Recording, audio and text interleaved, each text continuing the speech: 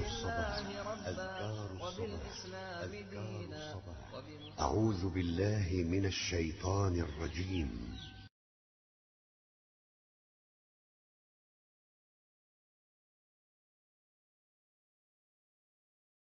Assalamualaikum warahmatullahi wabarakatuh. Alhamdulillahirabbil alamin wassalatu wassalamu ala asyrafil anbiya wal mursalin nabiyina Muhammadin wa alihi wa sahbihi wa man tabi'ahum bi ihsanin ila yaumiddin. Asyhadu an la ilaha illallah wahdahu la syarikalah wa asyhadu anna Muhammadan abduhu wa rasuluhu sayyidul mursalin. قال الله تعالى في كتابه الكريم يا أيها الذين آمنوا اتقوا الله حق تقاته ولا تموتن إلا وأنتم مسلمون أما بعد. Ayo ikhwah, azan ya Allah wa yakum. Alhamdulillah, kita bersyukur kepada Allah atas limpahan karunia dan nikmat yang Allah berikan kepada kita. Dan alhamdulillah dengan nikmatnya juga pada sore hari ini kita bisa berkumpul di dalam rangka talabul ilm yang menuntut ilmu Allah Subhanahu wa taala. Mudah-mudahan setiap langkah kaki kita dinilai oleh Allah sebagai sebuah kebaikan di sisinya. Amin ya rabbal alamin. Kemudian pembahasan kita insyaallah selama 2 hari ini itu tentang tauhidul asma was sifat. Mengenal nama-nama dan sifat Allah Subhanahu wa taala. Dan ini penting sekali, Pak. Kenapa demikian? Karena yang pertama, bahwasanya seorang hamba semakin mengenal nama dan sifat Allah, maka akan semakin tumbuh rasa cinta dia kepada Allah, rasa takut dia kepada Allah. Demikian pula rasa berharap dia kepada Allah Subhanahu wa taala. Karena 3 perkara ini sangat penting bagi seorang hamba, yaitu cinta, takut, dan berharap. Kita beribadah kepada Allah harus terkumpul padanya 3 perkara. Yang pertama cinta, yang kedua takut, dan yang ketiga berharap. Makanya kata para ulama, man abidallah, siapa yang menyembah Allah dengan cinta saja, fahuwa zindiq, maka ia akan menjadi zindiq. Wa man abidallaha bil khaufi wahdah, siapa yang beribadah kepada Allah dengan sebatas khauf, rasa takut saja, ya fahuwa khariji, maka dia akan menjadi khariji. Wa man abidallaha birrajai wahdah, dan siapa yang beribadah kepada Allah sebatas dengan berharap, bahwa murji, maka dia akan menjadi murji'ah. Iya. Jadi Ahlussunnah wal Jamaah tentunya mengumpulkan 3 perkara ini di dalam ibadah. Yang pertama, rasa takut kepada Allah. Yang kedua, rasa berharap kepada Allah. Dan yang ketiga, rasa cinta kepada Allah Subhanahu wa ta'ala.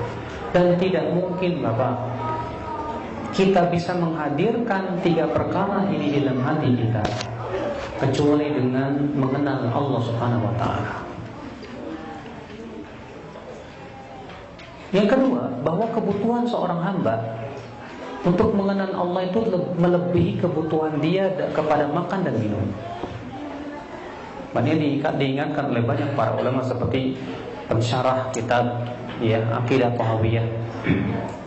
Beliau berkata, hajatul ibadi ila ma'rifatillahi ashaddu min hajatihim ila al-aqli wasyarab. Kebutuhan hamba kepada mengenal Allah melebihi kebutuhan hamba kepada makan dan minum. Iya. Kita butuh makan dan minum untuk apa? Kita butuh makan dan minum untuk kehidupan badan. Sedangkan kita mengenal Allah untuk kehidupan apa, Pak? Kita mengenal Allah untuk kehidupan hati. Mana yang lebih besar, kehidupan badan atau kehidupan hati? Tentu kehidupan hati lebih besar. Kehidupan badan terbatas, tapi kehidupan hati tak terbatas. Hati yang hidup tapi badan yang hidup tapi hatinya mati, maka ia bagaikan mayat yang berjalan. Ia tidak akan merasakan ketenangan, ia tidak akan merasakan kebahagiaan. Bahkan hati yang mati itu sumber yang malapetaka dan kerusakan di muka bumi. Oleh karena itu, ya akhwat Islam, betapa butuhnya kita kepada ma'rifatullah, mengenal Allah Subhanahu wa taala untuk menghidupkan hati kita. Yang ketiga, ya akhwat Islam, bahwa orang yang paling mengenal nama Allah dan betul-betul menyelami nama Allah dan sifatnya, maka dia orang yang akan paling paham tentang hukum-hukum dan syariat Allah. Iya. Makanya lihat Bapak, Ibu-ibu sekalian, kalau kita perhatikan ayat-ayat Al-Quran seringkali ditutup dengan nama-nama Allah ya, terutama dalam surat An-Nisa. Sering Allah menyebut wa kana Allahu ghafurur rahima, dan adalah Allah Maha Pengampun lagi Maha Penyayang. Wa kana Allahu aliman hakima, dan adalah Allah Maha mengetahui lagi Maha bijaksana. Selalu, seringkali ayat-ayat ditutup dengan nama-nama Allah. Dan kalau kita renungkan, ayat-ayat itu selalu sepadan dengan apa yang Allah sebutkan berupa nama. Demikian pula hukum, semua syariat yang Allah Subhanahu wa taala syariatkan kepada hambanya, itu pasti tidak lepas dari nama dan sifat Allah Subhanahu wa taala. Iya. Contoh misalnya, Allah mensyariatkan kepada kita sifat ibadah sholat, di mana ibadah sholat itu berisi apa? Ya, zikir. Berupa apa lagi? Gerakan, ruku, sujud, yang isinya adalah mendekatkan diri kepada Allah. Kalau kita perhatikan, ibadah sholat ini menunjukkan kepada nama Allah. Apa itu? Al-Ilah, yang artinya ilah. Ya, nama Allah yang paling agung, Allah, yang mempunyai makna satu-satunya zat yang berhak disembah, kecuali satu-satunya zat yang paling berhak disembah adalah Allah Subhanahu wa taala. Sehingga kemudian badan kita, ruku kita, sujud kita hanya untuk Allah, tidak untuk yang lainnya. Dalam gerakan-gerakan sholat kita, pensyariatannya menunjukkan kepada sifat Allah apa? Sifat Allah Ar-Rahman, yang Maha Pengasih lagi Maha Penyayang. Kenapa demikian? Allah tidak syariatkan sholat di waktu-waktu yang sulit, Pak. Apakah Allah Subhanahu wa taala mensyariatkan sholat jam 2 malam? Tidak. Apakah Allah mewajibkan kepada kita sholat 50 waktu? Tidak. Iya. Bahkan ketika pertama kali Allah wajibkan sholat berapa? 50. Kemudian dikurangi sampai 5 waktu. Bukankah itu menunjukkan akan sifat kasih sayang Allah kepada hambanya? Iya tidak, Pak? Iya. Iya. Demikian pula Pak, ya dalam seluruh perkara, semua syariat Allah tidak lepas dari nama dan sifat Allah. Maka itu ya, Al-Imam Ibnu Qayyim dalam kitab Madarijus Salikin berkata, orang yang paling mengenal nama dan sifat Allah, maka dia yang paling paham tentang syariat Allah. Nah, betul sekali Bapak sekalian. Iya. Akhul Islam azani Allah wa iyyakum. Oleh karena itulah Rasulullah SAW menjamin dengan surga buat mereka yang betul-betul memperhatikan nama Allah. Dalam hadis yang dikeluarkan At-Tirmidzi dari hadis Abu Hurairah radhiyallahu anhu arba, bahwa Rasulullah SAW bersabda, Inna lillahi tis'atun wa tis'ina isman. Sesungguhnya Allah mempunyai 99 nama. Man ahsaha dakhalal jannah. siapa yang mengihsoknya, ya, maka ia akan masuk ke dalam surga. Coba sedikit perhatikan Bapak dan Ibu sekalian hadis ini, ya. Mungkin bagusnya ada panitia khusus anak-anak kok, Pak. Anak-anak kan dikumpulin tempat mana gitu, main kelereng di sana, main apa gitu. Oh, udah ada. Apa untuk yang anak bisa sebelah ruangan satu lagi kalau Ibu ya? Iya. Baik, sedikit kita memperhatikan hadis yang saya sebutkan tadi. Allah mempunyai 99 nama. Siapa yang mengihsoknya, dia akan masuk surga. Apa makna mengihsok? Para ulama berbeda pendapat mengenai makna man ahsoha, siapa yang mengihsoknya. Al-Imam Al-Bukhari menafsirkan kata man ahsoha ay man hafidhaha, artinya yang menghafalnya. Dan ini yang dipilih oleh Imam Nawawi rahimahullah. Bahwa yang dimaksud dengan ihsa artinya menghafal. Kemudian ya, sebagian ulama dari kebanyakan ulama berpendapat bahwa man ahsaha itu bukan hanya sebatas menghafal, tapi lebih dari menghafal. Apa itu? Pertama, dia berusaha untuk mengetahui nama-nama Allah dengan dalil-dalilnya. Yang kedua, dia berusaha untuk menghafalnya. Yang ketiga, dia berusaha untuk memahami makna-maknanya dan menyelami ya konsekuensi-konsekuensinya. Dan yang keempat, dia berusaha untuk mengamalkan konsekuensi daripada asma wa sifat tersebut.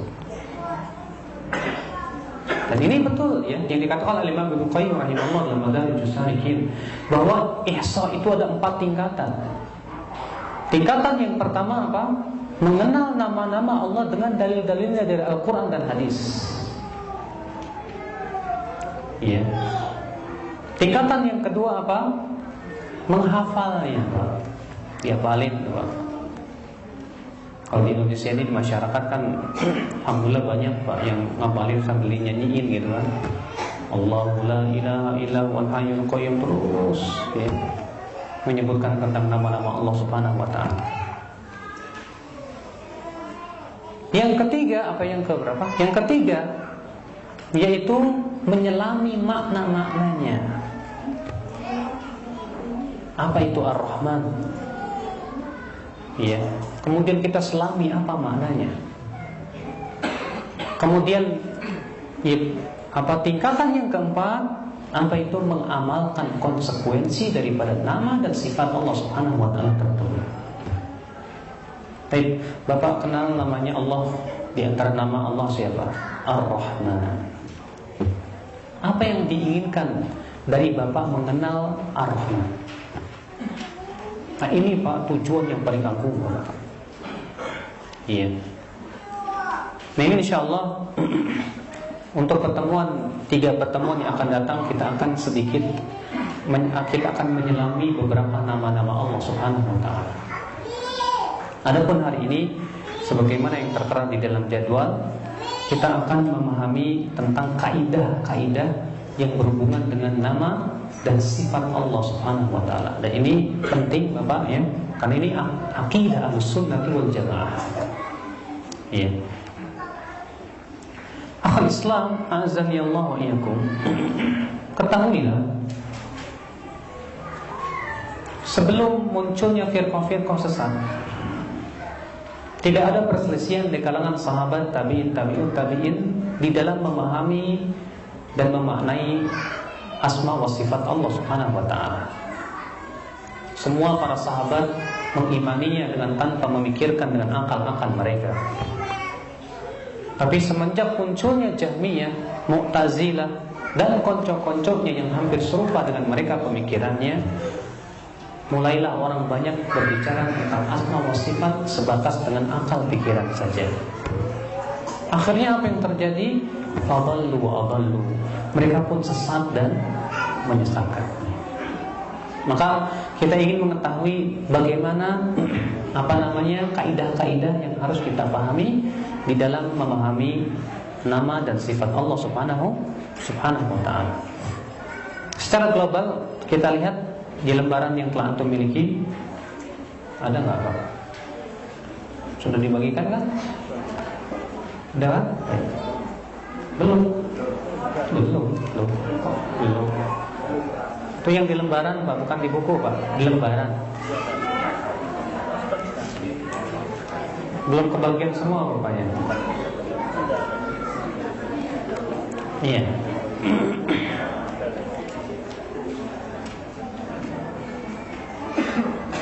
Baik, bisa antum lihat di situ nomor 1. Penyimpangan yang berupa tahrif, yaitu merubah atau mengganti makna dari apa yang telah Allah tetapkan untuk dirinya dan ditetapkan oleh Rasulnya. Iya. Maksudnya ada perkara-perkara yang kita harus tinggalkan di dalam memahami nama dan sifat Allah. Apa saja? Yang pertama, penyimpangan. Berupa apa?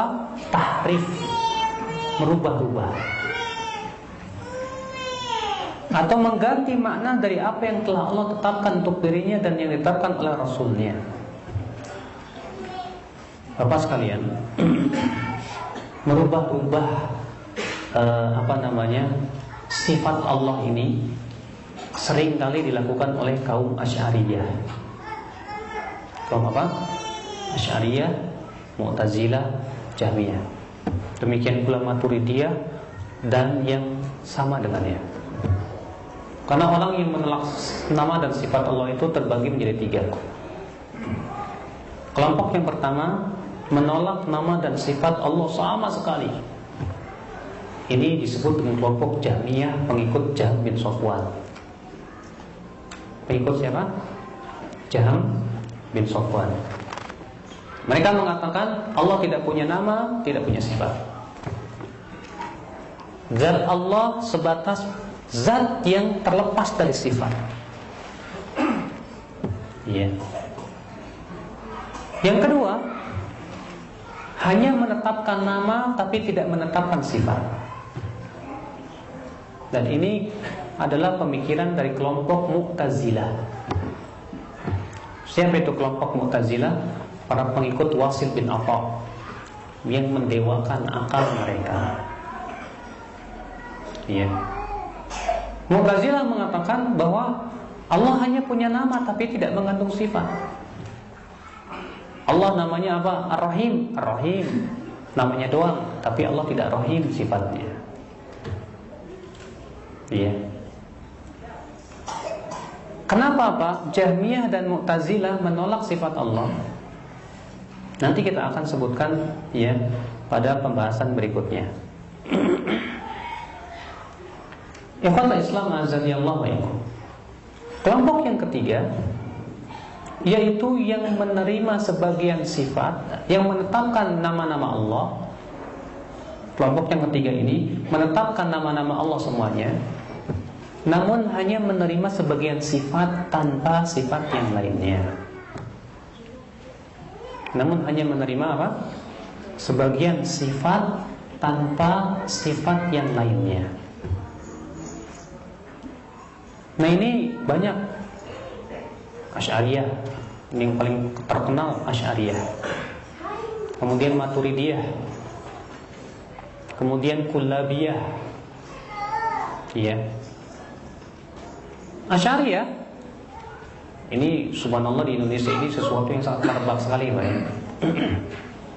Apalagi semenjak SD kita ini sudah diajarkan Asy'ariyah Pak. Iya, 13 bahkan mungkin 20 sifat. 20 sifat itu sebetulnya terbagi 2. Sifat ma'ani yang berjumlah 14. Tapi 14 ini pun juga dibulak-balik. Ya, dari masdar menjadi ya isim fa'il. Ditambah lagi yang merupakan sifat yang menurut mereka itu wajib bagi Allah Subhanahu wa taala. Itu wujud, qidam, baqa, mukhalafatun wal hawadisi sampai akhirnya. Insyaallah mungkin Bapak semua tahu itu. Kenapa? Karena semua kita sudah belajar Pak dulu. Sampai sekarang. Ya.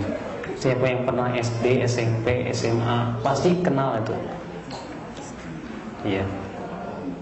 Dan itu adalah akidah Asy'ariyah dan mirip dengannya akidah Maturidiyah.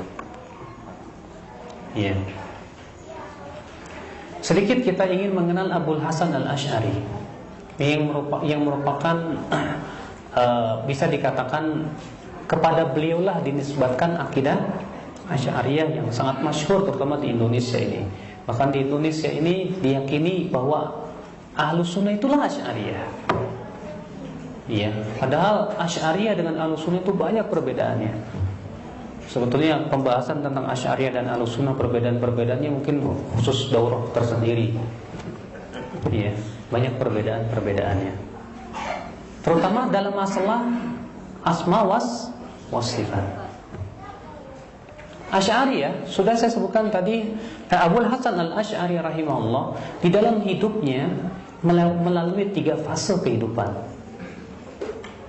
Fase yang pertama yaitu fase di atas akidah Mu'tazilah. Kenapa beliau fase pertama di atas akidah Mu'tazilah? Karena beliau punya ayah angkat bernama Al-Qadhi Abdul Jabbar. Dia ini pentolannya Mu'tazilah. Ayah angkatnya itu, Pak. Ya, sehingga dari kecil dididik oleh bapaknya itu di atas akidah Mu'tazilah. Tapi Abul Hasan Asy'ari ini cerdas orangnya. Dan dia sering debat sama bapaknya dan sering dia tidak puas. Akhirnya ia menemukan akidah Kullabiyah. Lalu kemudian ia pun berpindah dari fase yang Mu'tazilah ke fase yang kedua ini akidah Asy'ariyah, akidah Kullabiyahnya. Ya. Disebutkan dalam riwayat bahwa Abul Hasan Al-Asy'ari naik ke mimbar. Lalu ia melepaskan bajunya sambil berkata, "Aku lepaskan akidah Mu'tazilah sebagaimana aku lepaskan baju ini." Maka beliau pun masuk di dalam akidah Asy'ariyah. Itu menetapkan hanya 20 sifat saja. Ya. Yang ditetapkan oleh Asy'ari terutama 7. Yang pertama sam'un, yaitu mendengar. Yang kedua basarun, yaitu melihat. Yang ketiga hayatun, apa itu? Hidup. Yang keempat mutakallimun, apa itu? Berbicara. Yang kelima yaitu iradatun, berkeinginan. Yang keenam kudratun, ya, al-qudrah, berkuasa. Yang ketujuh saya lupa apa itu. Siapa yang tahu? Sami'un, basirun, ya hayyun, qadirun, ya, kemudian muridun, terus subhanallah satu lagi saya lupa tadi. Ada yang ingat kan? Iroda udah. Ada yang lagi? Ada yang ingat kan? 7 sifat, Pak. Enggak, itu wujud sifat wajib. Ya, ini sifat ma'ani. Yang menurut Asy'ariyah ini yang diterima oleh akal. Ya, wahdaniyah itu sifat wujud. Mukhalawatul hawadits sifat wujud. Ada lagi yang lain? Mana nih yang hafal nih, yang hafal? Qiyamu binafsi sifat yang itu, bukan sifat ma'ani, beda. Ada lagi? Apa?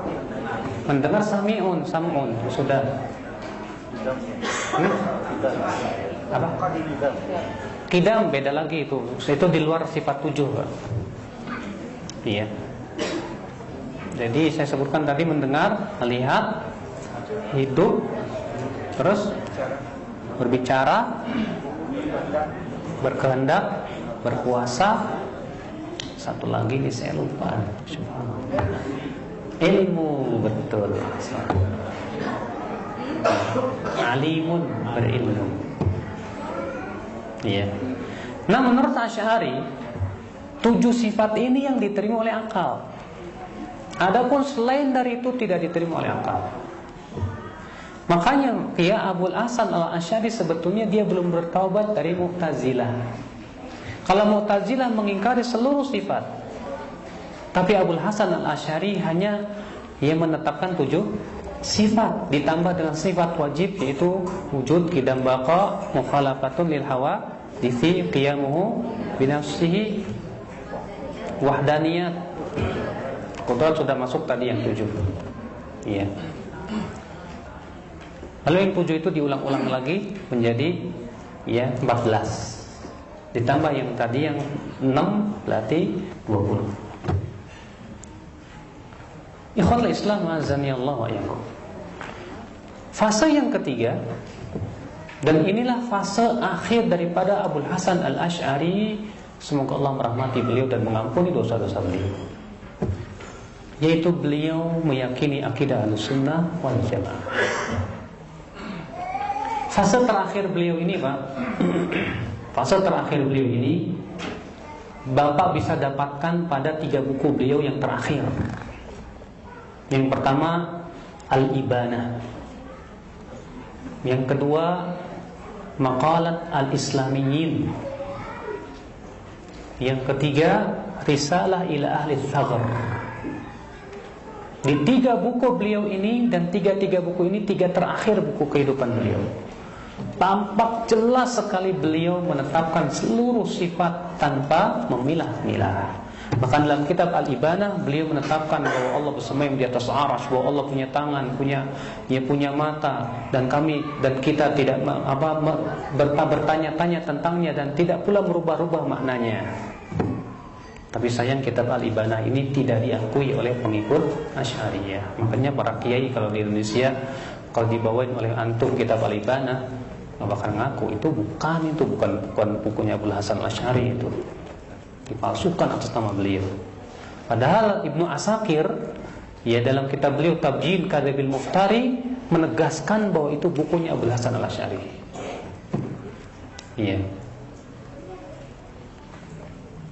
Yang kedua yaitu Maqalat Islamiyyin. Maqalat Islamiyyin itu 3 jilid, Pak, di mana isinya adalah tentang beliau menyebutkan tentang firqah-firqah dan pemikiran-pemikiran mereka. Nah, beliau kemudian menyebutkan tentang Kullabiyah, fase yang beliau yang kedua tersebut. Setelah itu persis beliau pun menyebutkan tentang akidah Ahlussunnah wal Jamaah. Lalu beliau di situ menetapkan seluruh sifat-sifat Allah, Lalu diakhiri dengan perkataan beliau, wahada madhabu Ahmad ibn Hanbal. Ini adalah merupakan keyakinan Imam Ahmad bin Hanbal. Wabihi aqul, dan dengan pendapat inilah aku berpendapat. Tampak dalam kitab Maqalat Islamiyyin beliau mengatakan, saya berkeyakinan seperti apa yang diyakini oleh Imam Ahmad bin Hanbal. Yang ketiga yaitu dalam kitab Risalah ila Ahli Thagr. Namun sayang di Indonesia ini para pentolan Asy'ariyin tidak memiliki buku 3 ini. Tidak punya bukunya, Pak. Kalaupun kita sodorkan, nggak bakalan percaya itu bukunya Abul Hasan Al-Asy'ari. Itulah kenyataan yang ada di Indonesia. Karena mereka terlalu fanatik buta, tidak mau melihat, tidak mau meneliti dan yang lainnya. Berarti Bapak sekalian, Abul Hasan Al-Asy'ari sudah berlepas diri dari akidah Asy'ariyahnya. Tapi qadarullah, ternyata yang tersebar itu fase yang keduanya itu, yang dipelajari sampai sekarang ini di SD, SMP, SMA, itu fase keduanya, keyakinan bahwasanya Allah bersemayam di atas arsy. Nah, orang-orang Asy'ari mengatakan bahwa sifat Allah yang diterima oleh akal itu hanya 7, sementara yang lainnya tidak bisa diterima oleh akal. Jadi bagaimana dong kalau kita menemukan dalam ayat-ayat Al-Quran dan hadis Nabi SAW tentang sifat Allah? Apa kata mereka? Ditakwil, maknanya harus dirubah. Ketika kita bacakan kepada mereka, Ar-Rahmanu 'alal 'arsy istawa, Ar-Rahman bersemayam di atas arsy. Sementara orang Asy'ariyah tidak meyakini Allah bersemayam di atas arsy. Bahkan mereka mengkafirkan orang yang mengatakan Allah bersemayam di atas arsy. Ketika kita sodorkan ayat ini, apa kata mereka? Ayat itu maknanya bukan bersemayam, Istawa itu artinya istaula, menguasai. Jadi menurut mereka Ar-Rahman al-Arsy istawa itu artinya Ar-Rahman menguasai Arasy, bukan bersemayam di atas Arasy. Padahal Bapak sekalian, dalam bahasa Arab yang fasih, kata-kata istawa, memang kalau kata istawa doang betul ada beberapa makna, Pak. Tapi kalau ditakdiah dengan ala, istawa ala, maka maknanya hanya satu, itu ala wartafa, tinggi bersemayam. Tidak ada makna lain. Oleh karena itu ketika Allah menceritakan tentang perahu Nabi Nuh yang dibawa oleh banjir, kemudian setelah itu Allah menyuruh supaya bumi menelan air dan langit memberhentikan hujannya. Ya, kemudian apa yang terjadi? Perahu Nabi Nuh pun kemudian bertengger di atas daratan. Allah menyebutkan dengan lafaz apa? Istawa ala. Allah berfirman, "Astawat 'alal judi." Maka perahu itu pun kemudian bersemayam di atas daratan. Kalaulah istawa ala itu maknanya menguasai, tidak nyambung dalam ayat ini. Coba antum artikan menguasai. Maka perahu itu pun menguasai daratan. Mana mungkin perahu menguasai daratan? Oke. Ya.